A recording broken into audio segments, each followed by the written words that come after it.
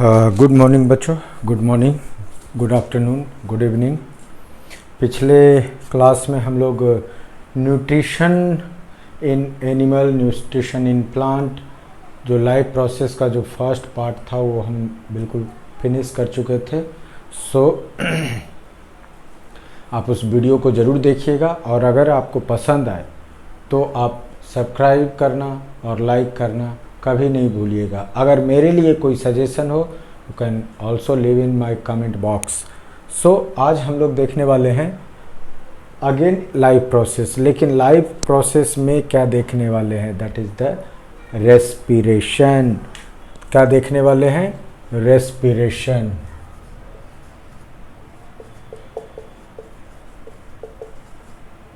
हम लोग देखने वाले हैं रेस्पिरेशन। अब रेस्पिरेशन, तो रेस्पिरेशन है क्या? तो रेस्पिरेशन ये है कि हमने जो खाना खाया उस खाने में बहुत सारे न्यूट्रिएंट्स थे, लेकिन उस न्यूट्रिएंट्स को अब हमें यूज़ करना है। हम पहले भी बोलते थे खाना हम क्यों खाते हैं? एनर्जी के लिए। एनर्जी कौन लाएगा? तो उस खाने में जो न्यूट्रिएंट्स आए थे उसको अब तोड़ करके हम क्या बनाएंगे? एनर्जी। वो कौन सा न्यूट्रिएंट्स होगा बच्चों? कार्बोहाइड्रेट। यस।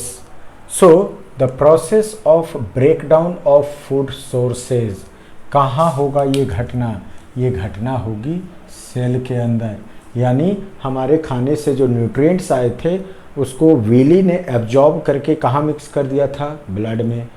हम जो सांस लेते हैं उस ऑक्सीजन को लंग्स ने एब्जॉर्ब करके कहाँ मिक्स कर दिया? ब्लड में। नाउ ये ब्लड का काम है कि उस न्यूट्रिएंट्स और ऑक्सीजन को ट्रांसपोर्ट करके हमारे बॉडी के हर एक सेल तक उस पहुंचा दे। अब क्या हुआ कि जो न्यूट्रिएंट्स थे वो पहुंच गए हमारे ब्लड में, ऑक्सीजन भी थे पहुंच गए हमारे ब्लड में। ब्लड ने उनको कहाँ पहुंचाया? सेल के अंदर। सेल के अंदर रिएक्शन परफॉर्म हुआ। सेल के अंदर क्या हुआ? रिएक्शन परफॉर्म हुआ। इस रिएक्शन से क्या बनी? एनर्जी। इस रिएक्शन से क्या बनी? एनर्जी। और भी बहुत कुछ बना, लेकिन फिलहाल हम CO2 बना, इवन वाटर बना, और क्या बना? That is the energy. So energy plus CO2 plus H2O ये फॉर्म हुआ, और इसी एनर्जी को लेकर हम अपने सारे एक्टिविटीज़ को परफॉर्म करते हैं। आज हम खड़े हैं, बोल रहे हैं, आप मोबाइल चला रहे हो, आप देख रहे हो, आपकी आंखें काम कर रही है, आपका जबान काम कर रहा है। So everything, all the activities that is due to energy. और इसलिए हमारे लिए एनर्जी प्रोडक्शन बहुत ही ज़रूरी है। अगर एनर्जी नहीं है तो आप काम ही नहीं कर पाओगे। हमने क्या देखा कि न्यूट्रिएंट्स और ऑक्सीजन, ये दोनों, न्यूट्रिएंट्स हमारा न्यूट्रिशन से आया ब्लड में और ऑक्सीजन हमारा रेस्पिरेशन से आया ब्लड में। ये दोनों ही सेल तक पहुंचाए गए। सेल ने रिएक्शन परफॉर्म किया, यानी ग्लूकोज को ऑक्सीडाइज किया, तोड़ा, और क्या बनाया? Energy plus CO2 plus H2O। अब आखिर ये जो रेस्पिरेशन प्रोसेस है तो ये क्या है? तो रेस्पिरेशन प्रोसेस है कि respiration is a process through which we get the energy to break down the food material, to get the energy from breakdown of food sources like carbohydrates। अब क्या है, कह रहा है कि रेस्पिरेशन जो है ये दो तरह के हैं, aerobic and anaerobic. Aerobic respiration उसको कहेंगे जिसमें ऑक्सीजन इन्वॉल्व होगा, जिसमें ऑक्सीजन इन्वॉल्व होगा। लेकिन एनारोबिक वो रेस्पिरेशन होगा जिसमें ऑक्सीजन इन्वॉल्व नहीं होगा, यानी lack of oxygen. Lack of oxygen, बिना ऑक्सीजन के जो रेस्पिरेशन होगा that is the anaerobic respiration, और जो ऑक्सीजन के साथ रेस्पिरेशन होगा that is the aerobic respiration. अब हम इसको डिटेल से देखेंगे। हमारे NCERT में एक चार्ट दिया हुआ है, उस चार्ट को ही हम एक्चुअली आपको क्लियर कर रहे हैं कि उस चार्ट में क्या है। तो कह रहा है कि ग्लूकोज यानी C6H12O6 क्या है? इसमें 6 molecule of carbon, 6 molecule of carbon ये सेल में इन कर गए, यानी सेल में कहाँ, सेल में जब इन करेंगे प्लाज्मा मेम्ब्रेन को क्रॉस करेंगे तो कहाँ आ जाएंगे, साइटोप्लाज्म में। साइटोप्लाज्म में क्या हुआ कि जो हमारे 6 मॉलिक्यूल ऑफ कार्बन थे वो 3 मॉलिक्यूल ऑफ कार्बन में कुछ एनर्जी रिलीज करने के साथ टूट गए, जिसको हम पायरुवेट या पायरुविक एसिड भी बोलते हैं। So that is the pyruvate. अब ये आप देख रहे हो कि यहाँ 3 प्रक्रिया है अलग अलग। ईस्ट के केस में हमारे मसल सेल के साथ क्या होता है, हमारे सेल यानी माइटोकॉन्ड्रिया जिसको आप power house of the cell बोलते हो, यानी वो एनर्जी कैसे प्रोड्यूस करती है। लेकिन इस तीनों के लिए सबसे पहले जो ग्लूकोज हमारे सेल में इन करेगा, यानी सेल के अंदर इन किया, सेल के अंदर ग्लूकोज इन किया और वो 6 मॉलिक्यूल ऑफ कार्बन से 3 मॉलिक्यूल ऑफ कार्बन यानी पायरुविक एसिड पायरुवेट में कन्वर्ट कर गया। अब क्या है, अब ये सबके केस में हुआ, पायरुवेट में बदल गया। अब ईस्ट के केस में क्या होता है, तो कहता है कि ईस्ट के केस में हमें ऑक्सीजन की ज़रूरत नहीं पड़ती है। ईस्ट के केस में हमें ऑक्सीजन की ज़रूरत नहीं पड़ती है। इसका मतलब ये किस तरह का रेस्पिरेशन हुआ, एनारोबिक, ऑक्सीजन की ज़रूरत नहीं है। इसी को आप फर्मेंटेशन बोलते हो। यानी जब जलेबी बनाई जाती है तो आप देखते हो कि 2, 4, 6 घंटे पहले जलेबी का रॉ मटेरियल तैयार किया जाता है और उसमें ईस्ट पाउडर डाला जाता है, यानी ईस्ट डाला जाता है और 5-6 घंटे उनको छोड़ दिया जाता है। वो क्या करते हैं, ईस्ट उस मटेरियल में जो कार्बोहाइड्रेट है उस कार्बोहाइड्रेट को अल्कोहल में कन्वर्ट कर देते हैं और कुछ उसके ऊपर कुछ बुलबुला सा नज़र आएगा, दैट इज़ द CO2 और कुछ ये क्या बनाएंगे, एनर्जी बनाएंगे। सो ईस्ट के केस में हमने क्या देखा कि ऑक्सीजन की ज़रूरत नहीं है और ये कार्बोहाइड्रेट को तोड़ करके ethanol plus carbon dioxide plus energy बना दिया।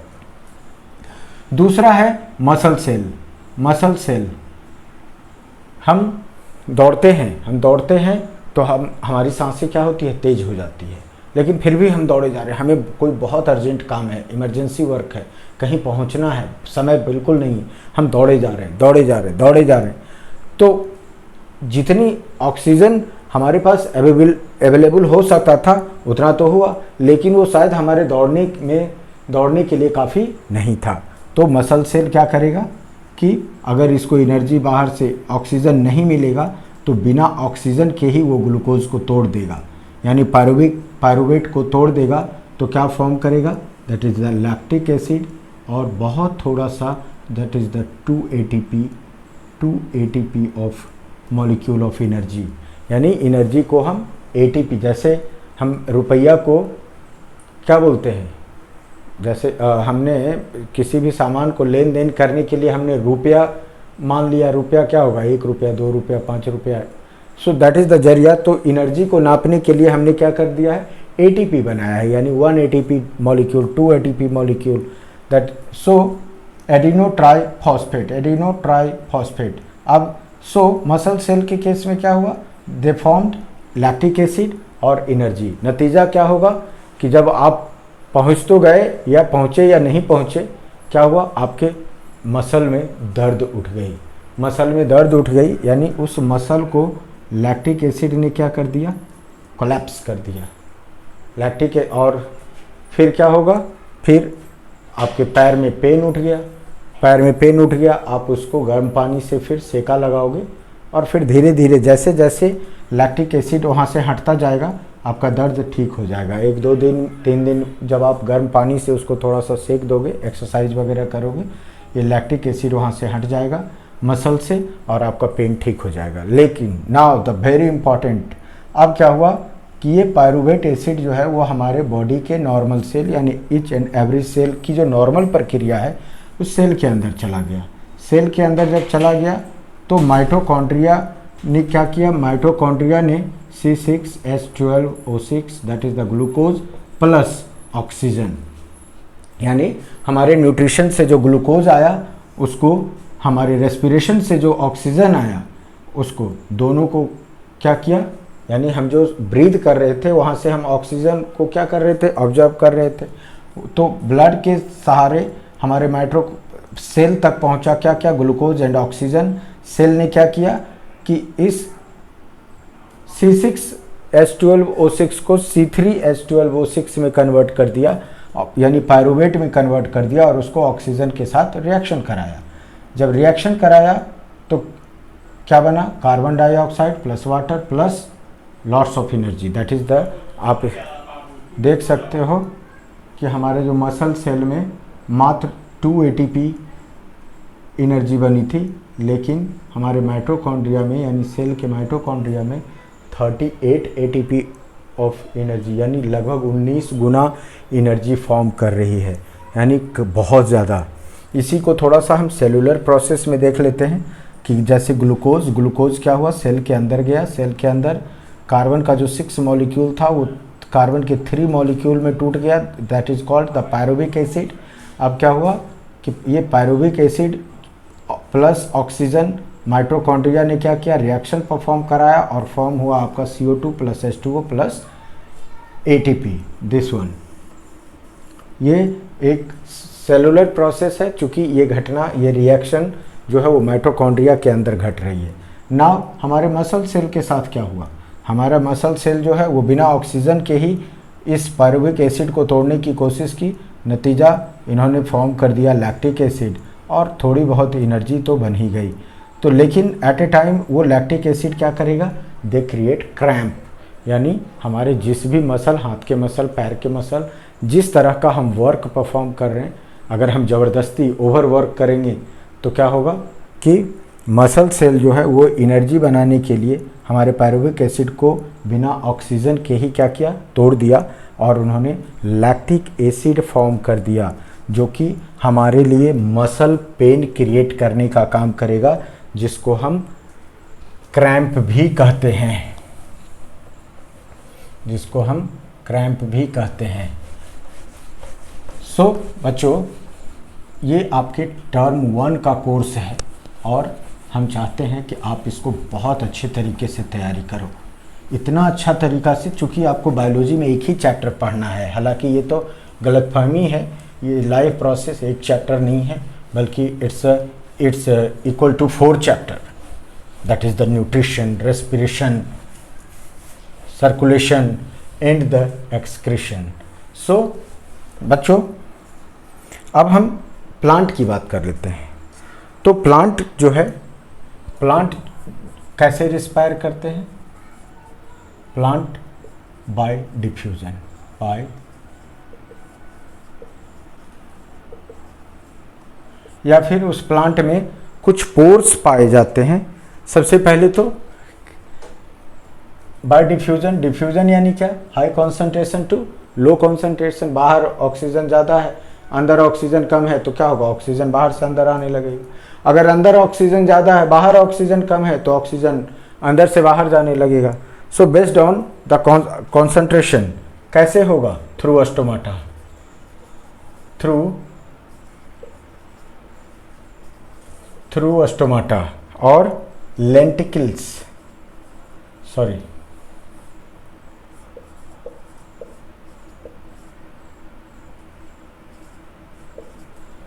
लेंटिकल्स।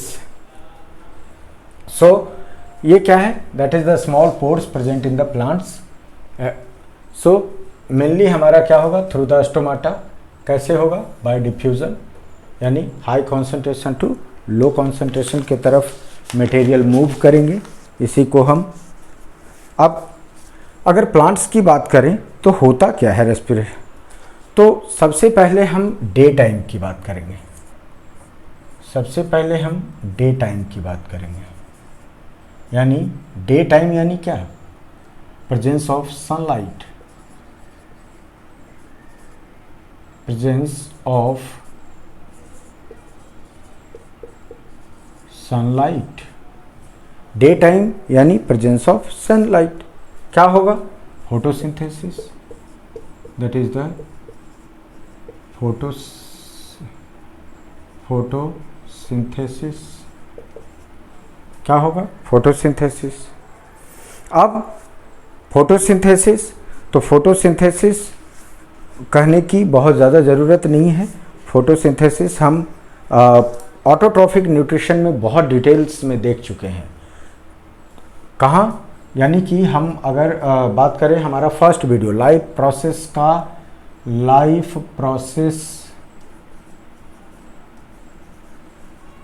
का फर्स्ट वीडियो में आप बहुत डिटेल में देख सकते हैं फोटोसिंथेसिस यानी क्या, that is the in presence of sunlight and chlorophyll, in presence of sunlight and chlorophyll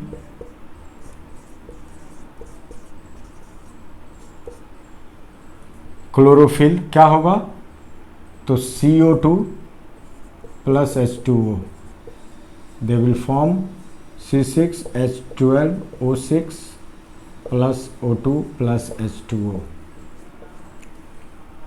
यानी ये तो डे टाइम की कहानी थी। तो अब क्या हुआ कि डे टाइम में ये कुछ ऑक्सीजन को अपने पास भी रखे हुए रहते हैं। चूंकि नाइट टाइम में क्या होगा, नाइट टाइम जनरली बच्चे बड़ा कंफ्यूज होते हैं। कंफ्यूज इस सेंस में होते हैं कि अगर उनसे पूछिएगा कि प्लांट कौन सा गैस ब्रीथ करते हैं, कौन सा आप ऑक्सीजन लेते हो, प्लांट क्या लेते हैं, वो सीधा कहेंगे कार्बन डाइऑक्साइड। लेकिन प्लांट के केस में यही सबसे बड़ा कंफ्यूजन है। अगर हम ब्रीदिंग पर्पस की बात कर रहे हैं, यानी ब्रीदिंग यानी क्या, इनहेलेशन एक्सहेलेशन, तो इस केस में प्लांट्स हो, एनिमल हो, कोई भी हो, दे यूज O2। यानी ब्रीदिंग पर्पस से वो हमेशा ऑक्सीजन यूज करते हैं। अगर हम प्लांट की सिर्फ बात करें तो फोटोसिंथेसिस के लिए उन्हें CO2 की ज़रूरत पड़ती है। फोटोसिंथेसिस यानी process of making food, process of making food किसके द्वारा, by green plants, by green plants. ऐसा नहीं है कि इसका मतलब कुछ पेड़ के पत्ते अगर पीले हो गए हैं तो फोटोसिंथेसिस नहीं करते, but this is the general perception. चूँकि हमें पता है कि प्लांट की बात करते हैं तो हमारे मन में, इमेजिनेशन में एक ग्रीन प्लांट का पिक्चर उभर करके आता है। सो इन नाइट टाइम क्या हुआ कि इन नाइट टाइम इन्होंने फिर से ऑक्सीजन लिया कहाँ से, फ्रॉम एटमॉस्फेयर,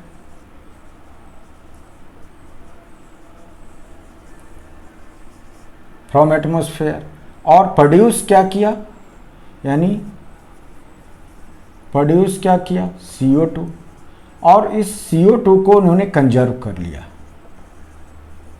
कुछ CO2 रिलीज भी हुए और कुछ ज़्यादातर CO2 को इसने कंजर्व कर लिया। किस लिए, टू यूज़ हेयर, यानी कल फिर इन्हें फोटोसिंथेसिस करना है और उस वक्त ये CO2 जो है वो क्या होगा, यूज़ कर लिया जाएगा।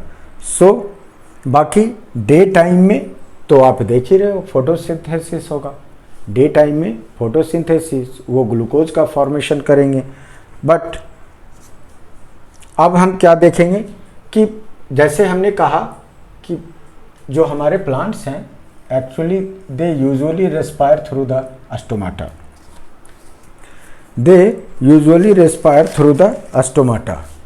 अब स्टोमाटा कहाँ था, स्टोमाटा था हमारे प्लांट के लीव्स में। कहाँ, गार्ड सेल से घिरा हुआ। ये गार्ड सेल कहाँ थे, कहाँ प्रेजेंट थे, दैट इज द क्लोरोप्लास्ट। और वो कहाँ था, तो प्लास्टिड्स। यानी देयर इज अ प्लांट और एनिमल सेल में दो ही डिफरेंस है, that is the cell wall and plastids. तो सेल वॉल एंड प्लास्टिड्स सिर्फ और सिर्फ प्लांट सेल में पाए जाते हैं। They contain chlorophyll and stomata. So stomata के केस में क्या होगा, अब ओपनिंग अब जैसे ये डे नाइट, तो डे टाइम में क्या होता है कि जैसे कोई लीव्स है, सपोज कीजिए कि यहाँ ये लीव्स है, यहाँ पर कोई स्टोमाटा पाया जा रहा है। तो एक्चुअली दे आर लाइक कुछ इस तरह से सनलाइट आया, इसके अंदर क्लोरोफिल था, ये ओपन हो गए। कैसे? Just like pressure cooker. हमारे किचन में क्या होता है कि प्रेशर कुकर में थोड़ा पानी डाल करके जब हम गैस पर चढ़ा देते हैं तो हम देखते हैं कि हमारा प्रेशर कुकर जब अंदर का पानी वेपोराइज होता है तो 250 ग्राम का जो सीटी है उसको क्या करता है, अप कर देता है फोर्स से, बाय फोर्स।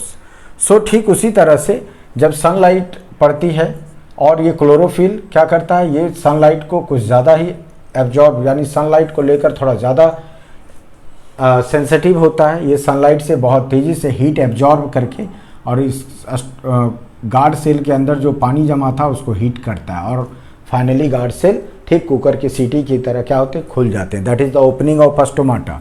और फिर क्या होगा, यहाँ से कुछ वाटर ट्रांसपिरेट करेंगे। ये वाटर प्लस CO2 ये जो घटना है, यानी CO2 को लेकर के वाटर के साथ ये क्या करेंगे, ग्लूकोज का फॉर्मेशन करेंगे, हमारे लिए ऑक्सीजन रिलीज करेंगे और साथ ही साथ ये वाटर भी रिलीज करेंगे। अब यहाँ पर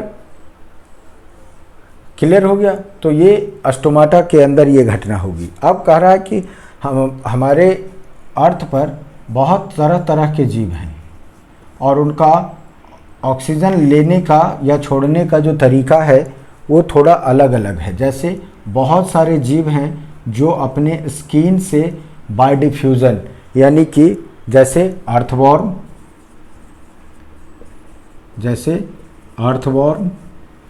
ये क्या इनके यानी इनका जो बॉडी सरफेस है यानी जो स्किन है उसके थ्रू ही इनका क्या होता है, ऑक्सीजन आना जाना होता है। Leech, frog, so these are the organism जो अपने स्किन के थ्रू क्या करते हैं, इनहेलेशन एक्सहेलेशन यानी ऑक्सीजन की लेन देन की प्रक्रिया करते हैं। देन कुछ गिल का नाम देखते ही समझ में आ जाता है कि हम एक्वेटिक ऑर्गेनिज्म की बात करने वाले हैं। लाइक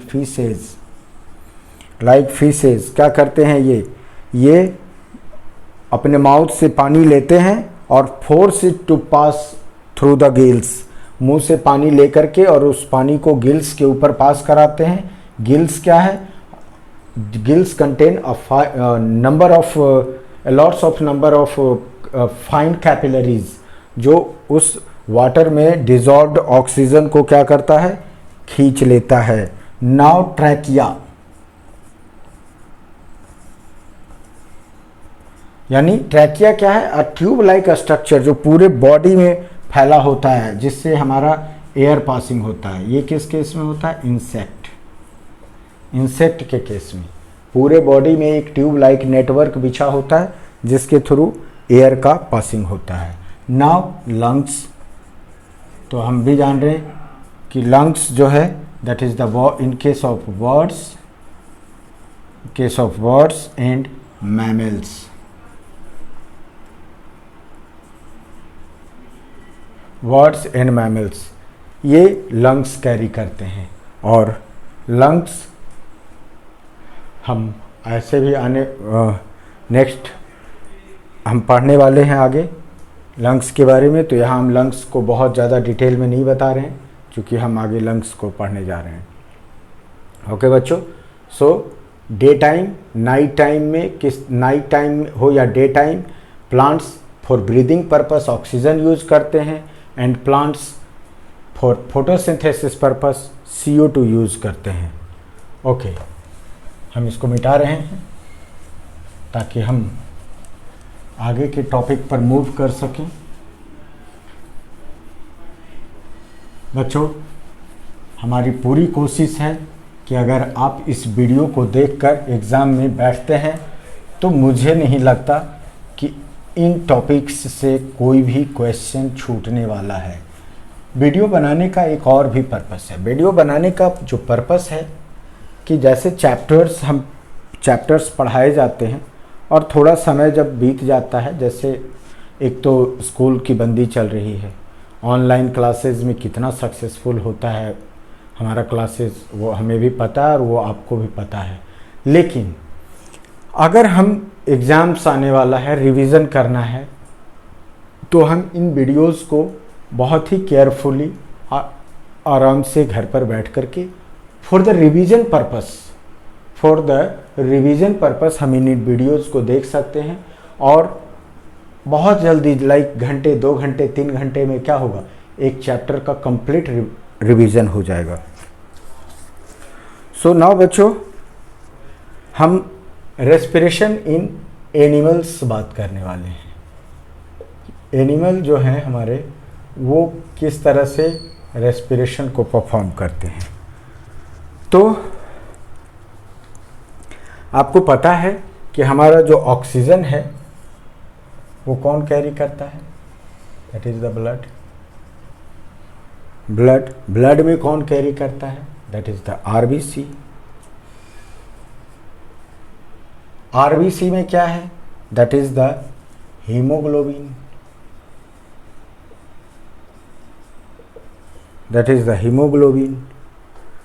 ये क्या है, टिश्यू सेल। अब ये कहाँ सप्लाई करेगा, टिश्यू को, सेल्स को। ये उस ऑक्सीजन को यूज करके क्या प्रोड्यूस करेगा, CO2। तो इस तरह से ये प्रक्रिया चलती है। लेकिन अब हमें देखना है बहुत ही डिटेल में, like the human respiratory system, कि हमारे अंदर की जो प्रक्रिया है, हम किस तरह से ब्रीदिंग सिस्टम हैंडल करते हैं। उस ब्रीदिंग सिस्टम से हमारा जो एनर्जी बनाने का जो प्रोसेस है, हमने पहले ही पढ़ा कि रेस्पिरेशन इज एक्चुअली क्या है, respiration is actually the producing energy to use the food nutrients. तो सबसे पहले हम स्टार्ट हो रहे हैं, दैट इज द, हम जो इनहेल करते हैं यानी ऑक्सीजन यानी एयर जो लेते हैं, that starts from the nose. ऐसे तो हम मुंह और नाक दोनों से सांस लेते हैं, but the nose is a specialized organ for the breathing. So nose through nostril। अब क्या है कि ये जो हमारे नॉस्ट्रिल हैं, यानी कि ये जो आपका होल्स जो प्रेजेंट है, दैट इज द, इनका काम क्या है कि हम जो एयर इनहेल कर रहे हैं, इस एयर को वार्म करना,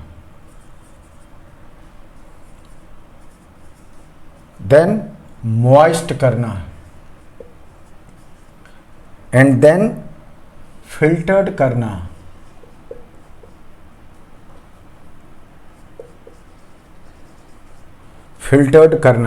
तो ये वार्म्ड कैसे होगा, तो इस नॉस्ट्रिल में बहुत सारे ब्लड कैपिलरीज भरे होते हैं, जो ब्लड की गर्मी से क्या होंगे, वार्म हो जाएंगे।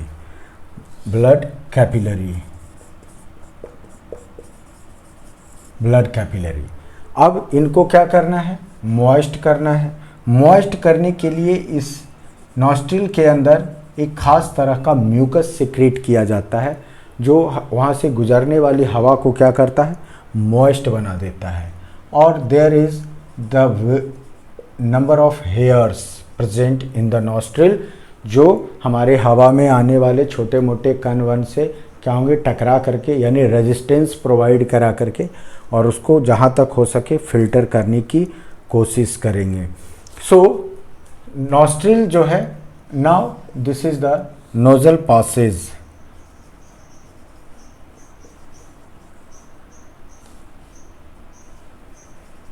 नोजल पैसेज क्या है, ये कंटेन करते हैं mucus membrane and cilia. Mucus membrane and सीलिया,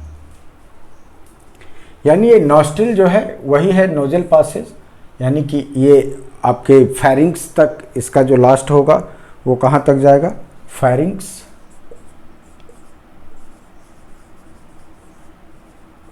pharynx, जिसको आप थ्रोट भी कह सकते हो, this one the pharynx. Pharynx से अब आपका चला गया लैरिंग्स,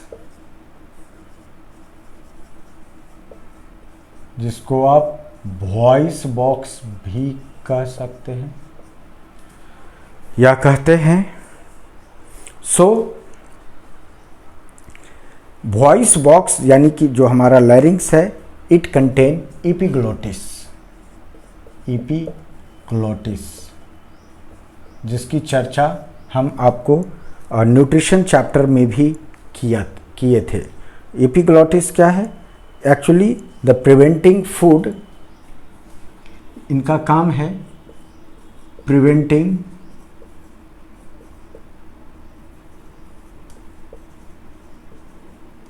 food to enter in lungs, to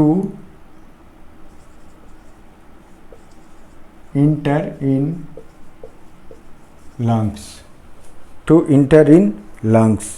so epiglottis यानी अगर गलती से भी खाने का कोई दाना हमारे एयर पाइप में यानी लैरिंग्स से होकर के जो हमारा फूड पाइप और एयर पाइप, दोनों ही पाइप यहीं पर सिचुएटेड है, तो क्या होता है कि कुछ इस तरह का एक स्किन जुड़ा होता है। जब हमारा फूड मटेरियल यहाँ आया तो क्या होगा, ये उस फूड मटेरियल को लेकर के और इसमें फूड पाइप में डाल देगा, फूड पाइप। और हमारा जो एयर पाइप है, दिस वन,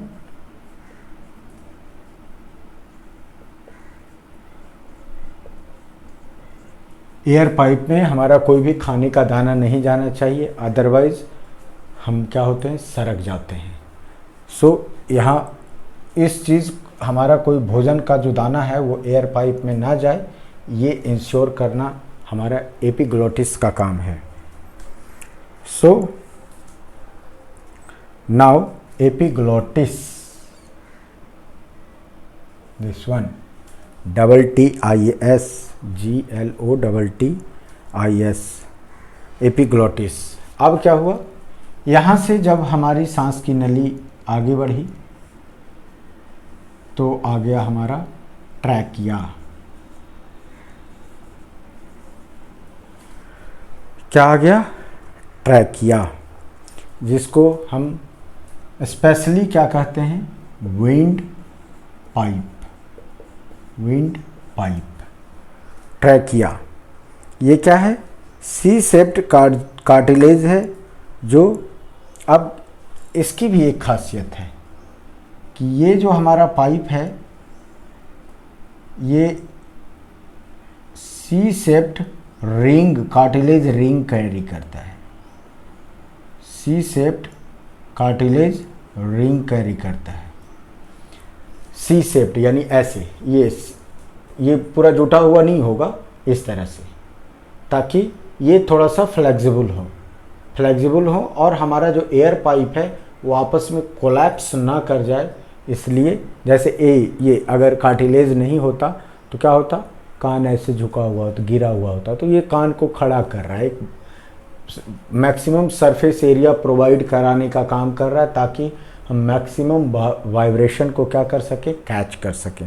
सो ये जो कार्टिलेज रिंग है सी सेप्ट, ये उनको एक फिक्स्ड शेप एंड साइज देने का काम करते हैं, ताकि ये कोलैप्स ना कर जाए। अदरवाइज थोड़ी देर के लिए भी हमारी अगर सांस अटक गई तो क्या होगा, हमारी आत्मा का परमात्मा से मिलन हो जाएगा। सो नाउ ये ट्रैकिया जब आगे बढ़ेगा तो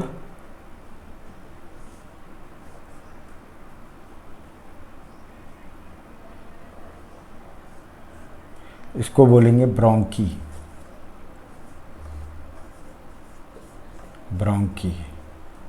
ट्रैकिया गया और दो भाग में बट गया, तो क्या बन गया, ब्रोंकी। अब ये जो ब्रोंकी हैं ये कहाँ चले गए, both of the lungs.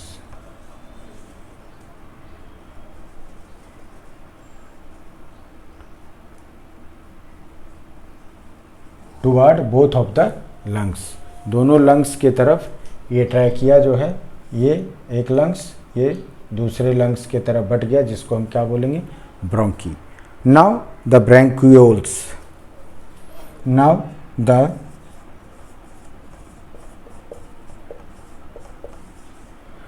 Bronchioles. Bronchioles क्या हुआ, अब ये मल्टीपल पार्ट में बंटना शुरू हो गए. ब्रोंक्यूल्स जो है वो इन कर गया हमारे लंग्स में, और लंग्स के अंदर ये कहाँ चले गए, दैट इज द एल्वोली.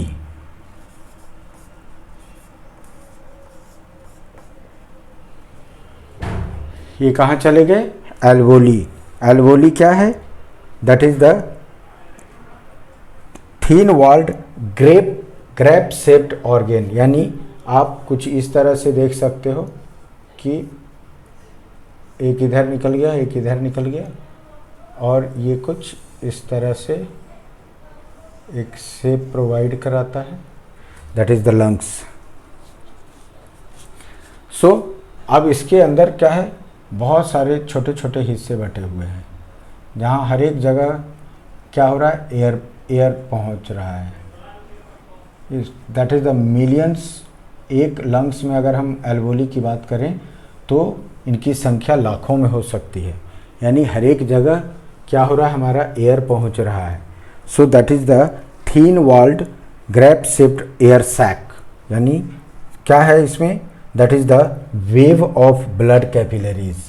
इसमें क्या है, wave of blood capillaries.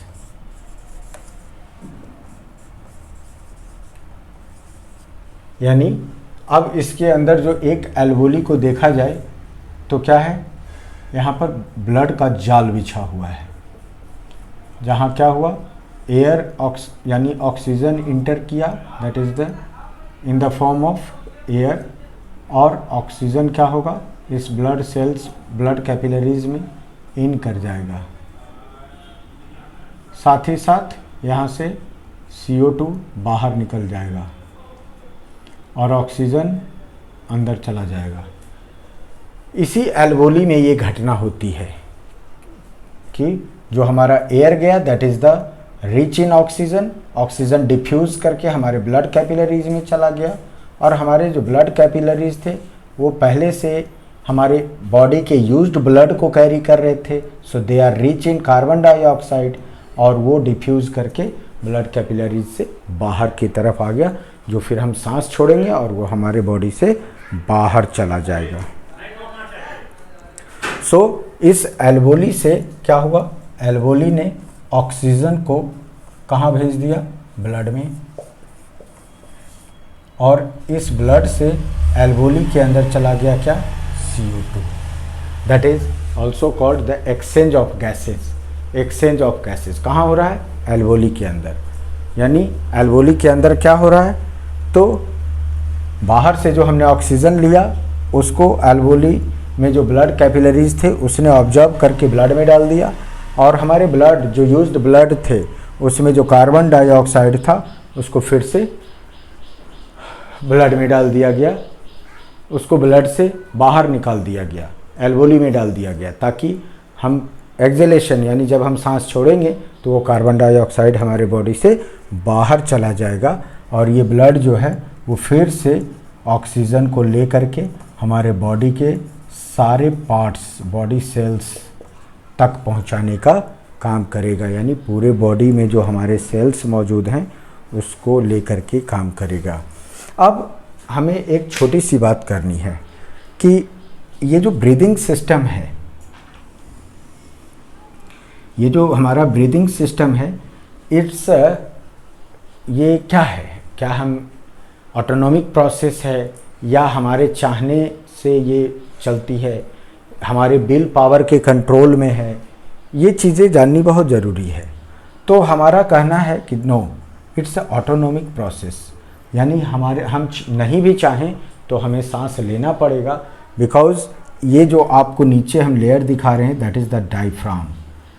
Diaphragm जब ये नीचे की तरफ होगा यानी कि फ्लैट जब होगा तो क्या होगा, स्पेस क्रिएट होगा, लंग्स फैल जाएंगे और आप सांस लेने के लिए मजबूर हो जाते हो। और तो इनका ये जो हमारे डायफ्राम हैं इनका फैलना और सिकुड़ना चलता रहता है, यानी this is the normal mode. ये फ्लैट होते हैं, फिर फ्लक्चुएट होते हैं, फिर फ्लैट होते हैं, फिर कर्व होते हैं, और इस तरह से इनका रिदमिक मूवमेंट चलता रहता है। और इनके रिदमिक मूवमेंट से यहाँ जो क्रिएट होता है, लंग्स फैलता है, लंग्स सिकुड़ता है, लंग्स फैलता है, लंग्स सिकुड़ता है, आप सांस लेते हो, सांस छोड़ते हो, सांस लेते हो, सांस छोड़ते हो। So it's a autonomic process. ये जो प्रोसेस है ये एक ऑटोनोमिक प्रोसेस का हिस्सा है, और इसे हम अगर रोकना भी चाहें तो रोक नहीं सकते, because it's a autonomic process. इस पूरी प्रक्रिया को हम एक बार फिर से बहुत शॉर्ट में देख लेते हैं। यहाँ हम एक निशान लगा दे रहे हैं ताकि आप कंफ्यूज ना हो कि कहाँ से कहाँ तक का प्रोसेस था। सो हम बहुत तेज़ी से देखेंगे कि नोज़ यानी नॉस्ट्रिल से हमने इनहेल करना शुरू किया सांस को, हवा को, तो यहीं से हमारी प्रक्रिया शुरू हो गई कि हमारे नॉस्ट्रिल के अंदर जो ब्लड कैपिलरीज थे उन्होंने उस हवा को गर्म कर दिया, जो म्यूकस था उसने मॉइस्ट बना दिया, और जो हेयर था वो बैरियर के रूप में उस हवा में आने वाले धूल कण मच्छर सबको क्या कर दिया, हेयर से टकरा करके वहीं गिरा दिया और वो म्यूकस में जा कर के चिपक गया। अब ये जो नोजल पासेज है यानी जो नॉस्ट्रिल से शुरू हुआ है नोजल पासेज, ये उसी का हिस्सा है, और ये म्यूकस मेम्ब्रेन यानी इनका जो मेम्ब्रेन होता है वो चिपचिपा टाइप का एक म्यूकस लिक्विड होता है जो भरा होता है, और सीलिया कुछ उभारदार कुछ उभरे हुए स्ट्रक्चर होते हैं ताकि हवा में जाने वाला हर अगर कुछ धूल कण डस्ट पार्टिकल है तो वो उससे टकरा करके ड्यू टू म्यूकस क्या होगा, चिपक जाएगा। नाउ अब हमारा जो एयर है वो आ गया फेरिंग्स। फेरिंग्स के अंदर हैं जिसको फेरिंग्स को आप थ्रोट भी कहते हो, यहाँ पर उभरा हुआ आकृति दिखाई देता है गला के पास। सो अब आ गया लैरिंग्स। लैरिंग्स को हम वॉइस बॉक्स भी कहते हैं। लैरिंग्स के ठीक नीचे आपका फूड पाइप और एयर पाइप दोनों स्टार्ट होता है, जहाँ एक भाल्व की तरह स्ट्रक्चर होते हैं जिनको हम क्या कहेंगे, एपिग्लॉटिस। एपिग्लॉटिस यानी जब हम खाना को निगलते हैं तो ये इस तरह से खुल करके और हमारे खाने को फूड पाइप में डाल देते हैं और फिर से ये इस तरह से सिकुड़ जाते हैं ताकि हमारा जो खाना है वो एयर पाइप में ना जा सके, अदरवाइज आप सरक सकते हो। इसीलिए आपको खाने के वक्त बोलने या बात करने या हंसने से मना किया जाता है कि आप खाना शांति से खा लो, अदरवाइज आप सरक सकते हो। सो यहाँ से जो ये एयर पाइप चला दैट इज़ कॉल्ड, इसी को हम कहेंगे क्या, ट्रैकिया। इसी को हमने क्या कहा, trachea. That is also called wind pipe, जिसमें कार्टिलेज बोन यानी सॉफ्ट बोन का सी शेप्ड रिंग लगा होता है ताकि ये पाइप आपस में कोलैप्स ना कर जाएं। इसलिए ये सी शेप्ड रिंग जो होते हैं वो इनको एक सर्टेन वॉल्यूम प्रोवाइड, एक सर्टेन शेप प्रोवाइड करते हैं ताकि ये आपस में सट ना जाएं। अगर सट जाते हैं तो हो सकता है कि थोड़ी ही देर में हमारी जो आत्मा है उसकी परमात्मा से मिलन हो जाए। सो ऐसा ना हो इसलिए इसमें C shaped ring, cartilage ring पड़े होते हैं जो इनको एक सर्टेन शेप प्रोवाइड किए रहते हैं, उससे वो कोलैप्स नहीं हो पाते। नाउ क्या हुआ, ये दोनों लंग्स में बट गए, ब्रोंकियोल्स ये और छोटे छोटे छोटे छोटे छोटे होते गए, लंग्स में इन कर गए एल्वुलर डक्ट के रूप में और पहुंच गए कहाँ, एल्वोली। एल्वोली क्या है, एक खाली जगह है जिसमें बहुत सारे ब्लड कैपिलरीज क्या है, वेव ऑफ ब्लड कैपिलरीज भरा पड़ा है। यानी जो हम सांस लेते हैं वो ऑक्सीजन रिच एयर है, वो ऑक्सीजन इन ब्लड कैपिलरीज में क्या होता है, इन कर जाता है और ब्लड कैपिलरीज से CO2 क्या होते हैं, बाहर आ जाते हैं, और फिर जब हम सांस छोड़ते हैं तो CO2 हमारा बाहर हो जाता है। यानी इस एल्वोली के अंदर ही हमारा एक्सचेंज ऑफ गैस होगा, यानी ऑक्सीजन जो है वो ब्लड में इन कर जाएंगे और कार्बन डाइऑक्साइड जो है वो ब्लड से बाहर हो जाएगा।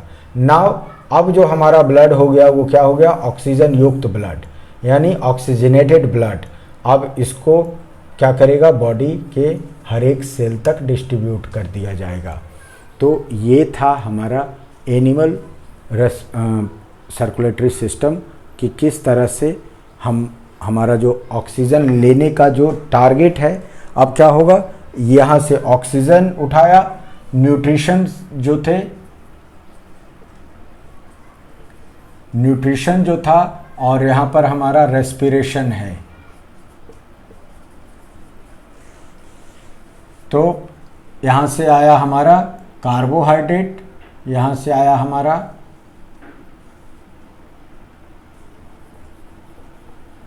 सिंपली आप कर दो C6H12O6 प्लस O2, जो ये कहाँ से आया, रेस्पिरेशन से।